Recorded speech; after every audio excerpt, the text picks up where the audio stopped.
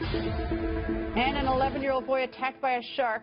The boy grabbed by the shark while surfing off a busy North Carolina beach. The boy suffered severe wounds to his foot, but he is expected to make a full recovery. And just 2 weeks ago, another teen was bitten at the same exact beach. And last year across the globe, there were nearly 100 shark attacks, and 59 of them happened right here in the U.S. We sent On the Record's Griff Jenkins to the Mote Marine Laboratory in Sarasota, Florida, to learn more about sharks and shark attacks. Last year saw an unprecedented number of shark attacks, 89 reported worldwide. So we came to the Mote Marine Laboratory here in Sarasota, Florida to find out what they think may be in store for this summer. If we were surfing and we saw one of these guys, how should we behave? How concerned should we be? Well, first of all, I have to tell you that probably if we fell in the water right here, as long as there wasn't food in there, these guys would probably all scatter. If there's food in the water, different story. Dr. Bob Huter has been studying sharks for more than 40 years.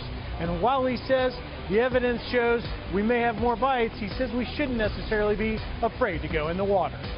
It's really important for us to understand, especially in the U.S., that of all these numbers of so-called attacks that we see every year, a lot of them are done by these smaller kinds of sharks, and they're not anywhere close to being fatal. Bites, not attacks. Bites, not attacks. He says one key that may be useful for the future is tracking sharks.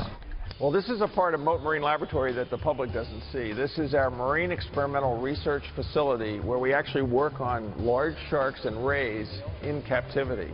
Watching what these animals do and understanding their daily lives and their annual life cycle and the course of their entire life has been very difficult until just recently, when we have this kind of technology to actually track the animals and see them in almost real time, see where they're going and understand what their habitats are and what their needs are in terms of survival. So if there were the threat of a predator shark, could something like this be used to find out if one in real time was near the beach or near swimmers? Absolutely. I mean, this is showing us where the animals are. This is filling in the gaps in our knowledge of where these animals move in space and time. So this is the actual tracking mechanism. You can watch these sharks. You can see in this case we've got 2 great white sharks that are being tracked off of the U.S. Atlantic. One, if we zoom in on her last ping, her last satellite transmission, she was just off of Ocean City, Maryland.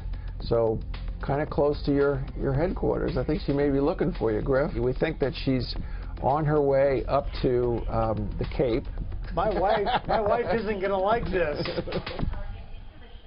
And if you're interested in tracking where sharks are right now, you can check out the Global Shark Tracker. There is a link on GretaWire.com.